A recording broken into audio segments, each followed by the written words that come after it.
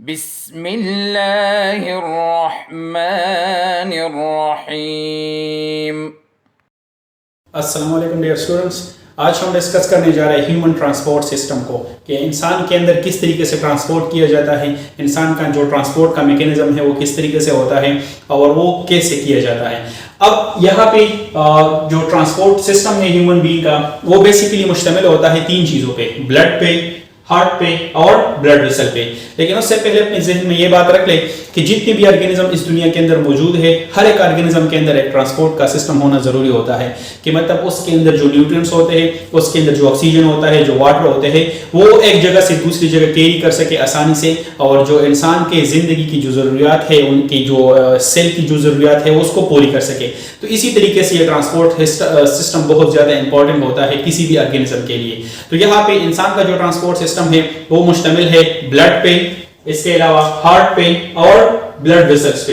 तो इन तीन चीजों को हम एक एक करके पढ़ेंगे, लेकिन आज चूंकि हम पढ़ने जा रहे वो है ब्लड, कि ब्लड क्या होता है और किस तरीके से होता है। ब्लड को हम ट्रांसपोर्टिंग फ्लूइड कहते हैं। ट्रांसपोर्टिंग फ्लूइड का मतलब यही होता है कि जो घूमता है एक जगह से दूसरी जगह, वो घूमता रहता है। इसके अलावा हार्ट क्या कर लेता है, हार्ट उस ट्रांसपोर्टिंग फ्लूइड को पंप करता है, उसको पहुंचा देता है एक जगह से दूसरी जगह, इसी वजह से उसको हम पंप मेकानिज्म कहते हैं। और ब्लड वेसल्स वो होते हैं, वो रास्ते होते हैं, वो रग होते हैं हमारे बॉडी के अंदर जो मौजूद होते हैं, जो कि उनसे वो गुजरते हैं, वो जो फ्लूइड होता है वो उनसे गुजरता है। तो अगर इसको हम एक एग्जांपल के साथ उसको कंपेयर कर ले तो वो इस तरीके से होता है कि बेसिकली हमारे घर में होता है एक पंप, इसके अलावा वहां पे जो पाइप्स निकलते हैं और उसके अंदर पानी घूमता है। तो वो जो पंप होता है वो हमारा दिल है, जो कि उस पानी को मतलब पहुंचा देता है एक जगह से दूसरी जगह। और वहां पे जो पाइप से गुजरते हैं वहां से, वो पाइप बेसिकली ब्लड वेसल्स होते हैं, और उसके अंदर जो पानी गुजरता है वो ब्लड है। तो पंप क्या हो गया, हार्ट हो गया, उसके अलावा जो पाइप्स है वो ब्लड वेसल हो गए, और उसके अंदर जो पानी चलता है वो क्या है, वो हमारा ब्लड है। तो इसी तरीके से बेसिकली हमारा जो ट्रांसपोर्ट सिस्टम है वो काम कर देता है। दिल खून को पंप कर देता है, खून उसके अंदर चलते हैं, और जो ब्लड वेसल्स होते हैं वो उन खून को कैरी कर लेता है। ब्लड वेसल्स अपनी जगह पे रहते हैं, लेकिन उसके दरमियान से वो जो खून है वो चलता रहता है। तो यहाँ पे हम सबसे पहले डिस्कस करेंगे कि ब्लड क्या होता है और उसके अंदर कौन कौन सी चीजें हैं। ब्लड एक रेड फ्लूइड है, इसका रेड कलर है। इसका जो रेड कलर है वो आता है आरबीसीज की वजह से। रेड ब्लड सेल्स जो कि इसके अंदर मौजूद है, उसका जो कलर है वो इसी ब्लड का मतलब बी कलर होता है। आरबीसीज क्या होते हैं वो हम आगे जाके पढ़ेंगे, लेकिन ये एक रेड फ्लूइड है और circulate through the blood vessel and heart, और हमारे ब्लड वेसल्स के अंदर और हार्ट से ये गुजरते रहते हैं। हार्ट अपनी जगह पे मौजूद है, ब्लड वेसल्स भी अपनी जगह पे मौजूद है, लेकिन उसके दरमियान से ये गुजरते हैं, उसके जरिए ये ट्रेवल करते रहते हैं। और उसके अलावा ब्लड का जो पीएच होता है वो 7.4 है। 7.4 इसका पीएच होता है, और उसके साथ हर एक इंसान के बॉडी के अंदर तकरीबन उसके वजन के 12वें हिस्से के बराबर ब्लड होता है। मसलन अगर किसी इंसान का वजन वो 60 kg है, तो अगर 60 kg को हम 12 पे डिवाइड कर ले तो इसका मतलब ये है कि उसके बॉडी के अंदर 5 kg का ब्लड होता है। तो इसका मतलब ये है कि उसके वजन का 12वां हिस्सा उसका ब्लड का है। तो अगर किसी का इंसान का 60 kg वजन है तो उसके अंदर 5 kg का खून होगा। तो इसको हम कहते हैं कि ब्लड का मिकदार किस तरह होता है, कितना होता है। इसके अलावा फिर ब्लड के अंदर दो चीजें बहुत ज्यादा इंपॉर्टेंट होती है, मतलब दो चीजें मेन उसके अंदर है। एक को हम कहते हैं प्लाज्मा और दूसरे को कहते हैं ब्लड सेल्स। दो चीजें ब्लड के अंदर होती है, प्लाज्मा और ब्लड सेल्स। ब्लड सेल्स को तो हम पढ़ लेंगे, लेकिन आज हम पढ़ने जा रहे हैं प्लाज्मा को। तो प्लाज्मा में क्या होता है, प्लाज्मा 55% हिस्सा बनाते हैं ब्लड का। प्लाज्मा 55% हिस्सा बनाते हैं ब्लड का, और उसके अलावा जो ब्लड सेल्स होते हैं वो 45% हिस्सा बना देते हैं। अब प्लाज्मा को हम किस तरीके से देखेंगे। प्लाज्मा इस तरीके से होता है ना कि हम अगर ब्लड को ले ले एक टेस्ट ट्यूब में, एक टेस्ट ट्यूब के अंदर हमने ब्लड यहां तक ले लिया लेट सपोज, और उसको हम 15-20 मिनट तक बिल्कुल अपनी पोजीशन पे रखेंगे और उसको हिलाएंगे नहीं। तो जब उसको 15-20 मिनट के बाद हम देखेंगे तो उसके जो नीचे वाला हिस्सा होगा वो बहुत ज्यादा डार्क रेड होगा, और उसका जो ऊपर वाला हिस्सा होगा यहां तक वो येलो कलर का होगा। जो प्लाज्मा है वो वही येलो कलर का लिक्विड है, वो प्लाज्मा है। और उसके अलावा जो नीचे रेड कलर का मटेरियल दिखता है उसको हम कहते हैं रेड ब्लड सेल्स, या इसके अलावा व्हाइट ब्लड सेल्स और प्लेटलेट्स उसके अंदर मौजूद होते हैं।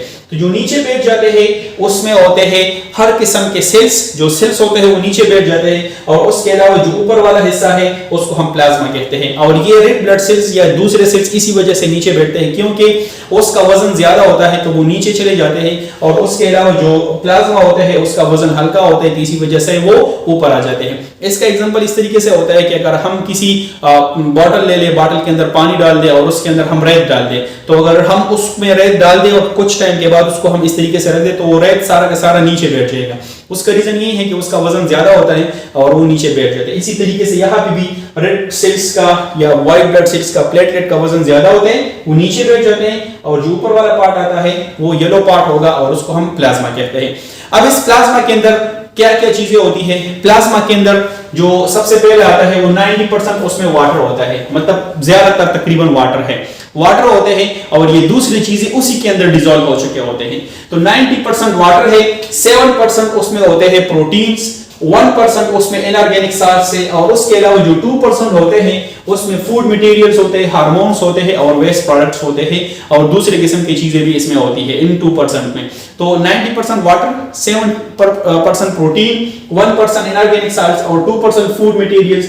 अब ये वो फूड मटेरियल है जो कि हमने खाए हैं, जो कि हमारे डाइजेस्टिव सिस्टम में आ चुके हैं, उसके बाद डाइजेस्टिव सिस्टम से ब्लड में एब्जॉर्ब किए हैं और उसको सर्कुलेट कर रहे हैं पूरे बॉडी के अंदर, और वहां पे बेसिकली उसको लेके जा रहे हैं। तो इसका मतलब यही है कि ये जो 2% है ये वही फूड मटेरियल्स होते हैं। इसके अलावा हार्मोन्स भी होते हैं, एंजाइम्स भी होते हैं और दूसरी चीजें भी होती हैं। तो ये हार्मोन्स क्या होते हैं? ये हार्मोन्स हमारे बॉडी के अंदर सेल्स के अंदर बनते हैं और फिर सेल से बाहर वो निकल जाते हैं और अपनी मुख्तलिफ जगहों पे वो चले जाते हैं जहां पे उनकी फंक्शन होती है।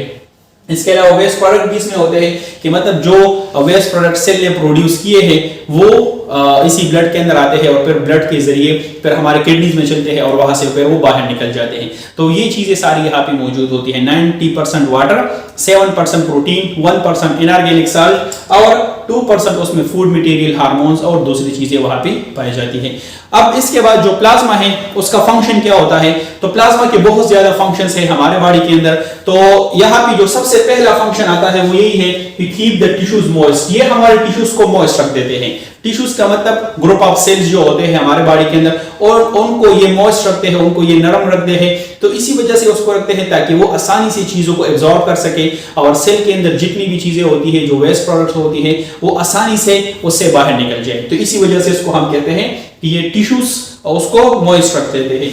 इसके अलावा ये ट्रांसपोर्ट का भी काम कर देते हैं, मतलब जितनी भी ट्रांसपोर्ट होती है ब्लड के अंदर तो बेसिकली ये प्लाज्मा उसको ट्रांसपोर्ट कर लेते हैं। तो प्लाज्मा के अंदर यहाँ पे हमने बात कर दी कि food material, hormones, waste product, दूसरी चीजें होती है इसमें, तो वो सारी चीजें इसी के जरिए वो ट्रांसपोर्ट की जाती है, एक जगह से दूसरी जगह ट्रांसपोर्ट की जाती है। मसलन जो खाना हमने खाया है डाइजेस्टिव सिस्टम में वो डाइजेस्ट हो गया, अब उसी डाइजेस्टिव सिस्टम से वो ब्लड में शामिल होते हैं और उसी ब्लड से फिर वो बॉडी के हर एक पार्ट में चलते हैं, हर जगह पे चलते हैं। तो मतलब ये है कि उन चीजों को वो ट्रांसपोर्ट कर लेते हैं। इसी तरीके से हर चीज को ये ट्रांसपोर्ट करते रहते हैं। इसके अलावा ये हमारे बॉडी के इंटरनल टेम्परेचर को भी रेगुलेट करते हैं। इंटरनल टेम्परेचर रेगुलेशन का मतलब यही है कि इंसान के बॉडी का जो टेम्परेचर है वो 37 डिग्री सेल्सियस रहता है और उसको मेंटेन रखना इसी प्लाज्मा का काम होता है। किस तरीके से कि जो हीट प्रोड्यूस हो जाए हमारे बॉडी के अंदर वो बेसिकली उस हीट को वहां से लेके जाते हैं और हमारे जो स्किन है उसके जरिए बाहर निकलते हैं पसीने के फॉर्म में। तो पसीने में जो पानी निकलता है ये भी वही पानी होता है जो कि इसी प्लाज्मा के अंदर जो पानी होता है वही होता है। तो वो वहां से निकल जाते हैं और इसी तरीके से हमारे बॉडी को कूल रखता है, हमारी बॉडी का जो इंटरनल टेम्परेचर है उसको मेंटेन रखता है। इसके साथ ये प्लाज्मा क्या करता है, ये ऑक्सीजन को भी ट्रांसपोर्ट करते हैं, लेकिन वो ऑक्सीजन ट्रांसपोर्ट करते हैं बहुत ज्यादा कम मिकदार में। लेकिन ज्यादा मिकदार में जो ऑक्सीजन ट्रांसपोर्ट होता है वो सारा हमारे रेड ब्लड सेल्स में ट्रांसपोर्ट होता है, रेड ब्लड सेल्स के जरिए वो ट्रांसपोर्ट होता है। लेकिन बहुत ज्यादा कम मिकदार में ये भी पानी उसके अंदर होता है बेसिकली। तो वो पानी ये जो ऑक्सीजन होते हैं वो उसको अपने अंदर डिसॉल्व कर लेते हैं और उसको वहां से लेके जाते हैं। इसके अलावा ज्यादातर अमाउंट जो कार्बन डाइऑक्साइड होता है वो इसके जरिए आता है। अब लंग से जब ब्लड गुजरता है तो वहां पे उसके अंदर का ऑक्सीजन शामिल हो जाता है, लेकिन उसमें ज्यादातर ऑक्सीजन रेड ब्लड सेल्स के साथ बाइंड हो जाता है और उसके अलावा थोड़े से अमाउंट में ऑक्सीजन इसी पानी के अंदर भी डिजॉल्व होता है। तो पानी के अंदर डिजॉल्व होते हैं तो इसका मतलब यह है कि प्लाज्मा के अंदर ये डिजॉल्व हो जाते हैं, तो प्लाज्मा में शामिल हो जाते हैं और जिस तरीके से वो सारे ट्रेवल करते हैं तो ये प्लाज्मा भी उसके साथ ट्रेवल कर लेते हैं और ऑक्सीजन को लेके जाते हैं सेल्स की तरफ। लेकिन जब सेल से वापस दिल की तरफ खून आता है वहां पे तो जो सेल के अंदर waste product carbon dioxide produce हो चुका है तो अब वो ज्यादातर इसी प्लाज्मा के अंदर डिजॉल्व होता है या प्लाज्मा के अंदर जो पानी है उसके अंदर वो कार्बन डाइऑक्साइड डिजॉल्व हो जाता है और इसी तरीके से वो हमारे हार्ट की तरफ उसको वापस ही लेके आते हैं, हार्ट से फिर लंग्स में चलेंगे और लंग्स से फिर वो बाहर निकलते हैं। ये सारी चीजें फिर जब हम हार्ट वाले टॉपिक को डिस्कस करेंगे तो वहां पे फिर ये हम डिस्कस करेंगे इंशाल्लाह। इसके बाद यहाँ पे प्रोटीन्स होते हैं, जिस तरह हमने बात कर दी उधर के प्रोटीन इसमें 7% होते हैं, तो यहाँ पे एक प्रोटीन है जिसको हम एल्ब्यूमिन प्रोटीन कहते हैं और ये एल्ब्यूमिन प्रोटीन बेसिकली मेंटेन रखता है ऑस्मोटिक प्रेशर को। अब ऑस्मोटिक प्रेशर क्या होता है? ऑस्मोटिक प्रेशर एक ऐसा प्रेशर है जो कि ऑस्मोसिस की वजह से किसी चीज पे अप्लाई होता है, उसको हम ऑस्मोटिक प्रेशर कहते हैं। मसलन ये एक सेल है, सही है, इसी सेल से बाहर अगर कोई वाटर निकलते हैं या अगर इसी सेल के अंदर पानी आता है तो जो पानी गुजरता है एक सेल मेम्ब्रेन के जरिए, मतलब यहाँ पे सेल मेम्ब्रेन होता है, तो जो पानी सेल के अंदर आएगा तो जाहिर सी बात है कि वो इसी सेल मेम्ब्रेन से गुजरेगी वो पानी। तो मतलब अगर हायर कंसंट्रेशन से लोअर कंसंट्रेशन की तरफ पानी जाता है लेकिन वो एक सेल मेम्ब्रेन से पास होता है थ्रू सेमी परमिएबल मेम्ब्रेन या सेमी परमिएबल मेम्ब्रेन से वो गुजरता है, तो इसको हम कहते हैं ऑस्मोसिस। तो अब होता किस तरीके से है कि जब इसके अंदर पानी आता है बेसिकली तो वो क्या करेगा, पानी इसके अंदर तो आएगा लेकिन पानी इसके ऊपर एक प्रेशर भी अप्लाई करेगा, इस सेल मेम्ब्रेन के ऊपर एक प्रेशर भी अप्लाई करेगा और उसके साथ वहां पे वो चल जाएगा। तो इसका मतलब यही है कि इस प्रेशर को वो मेंटेन रखता है ताकि सेल्स को खराब ना कर दे या जो हमारे ब्लड वेसल्स है उसको खराब ना कर दे, तो उसके ऑस्मोटिक प्रेशर को वो मेंटेन रखता है ये एल्ब्यूमिन प्रोटीन। इसके अलावा जो एंटीबॉडीज होते हैं, एंटीबॉडीज भी इसी प्लाज्मा के अंदर मौजूद होते हैं, इसी प्लाज्मा के अंदर वो पाए जाते हैं और इसी प्लाज्मा के अंदर वो ट्रेवल करते हैं। Antibodies basically white blood cells उसको बनाते हैं, लेकिन व्हाइट ब्लड सेल्स तो उनको बनाते हैं लेकिन बस प्लाज्मा में फिर छोड़ देते हैं और फिर ये प्लाज्मा का फंक्शन है कि उसको एक जगह से दूसरी जगह लेके जाए, उस जगह पे लेके जाते हैं जहां पे उसकी जरूरत होती है। इसके अलावा जो फिब्रोनेजन प्रोटीन है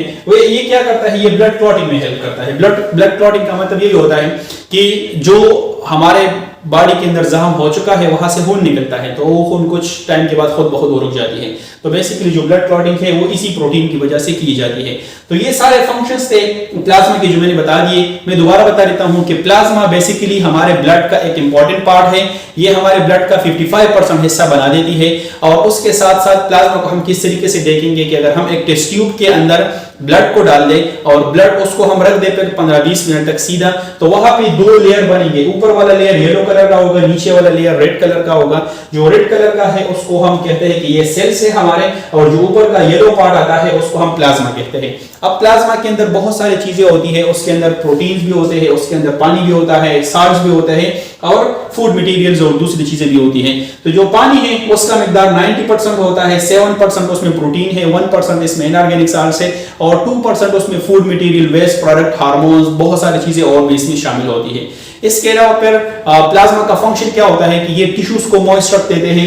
दूसरा इसका फंक्शन ये है कि ये ट्रांसपोर्ट का काम कर देते हैं, मुख्तलिफ मिनरल्स को, न्यूट्रिएंट्स को, फूड मटेरियल को, वेस्ट प्रोडक्ट को एक जगह से दूसरी जगह वो ट्रांसपोर्ट करते रहते हैं। साथ में बॉडी के टेम्परेचर को भी मेंटेन रखते हैं और उसके अलावा कुछ अमाउंट में जो ऑक्सीजन है उसको भी अपने साथ लेके जाते हैं, लेकिन ज्यादातर कार्बन डाइऑक्साइड को भी ये लेके जाते हैं from the tissues to the heart. और उसके अलावा जो एल्ब्यूमिन प्रोटीन है वो ऑस्मोटिक प्रेशर को मेंटेन रखता है।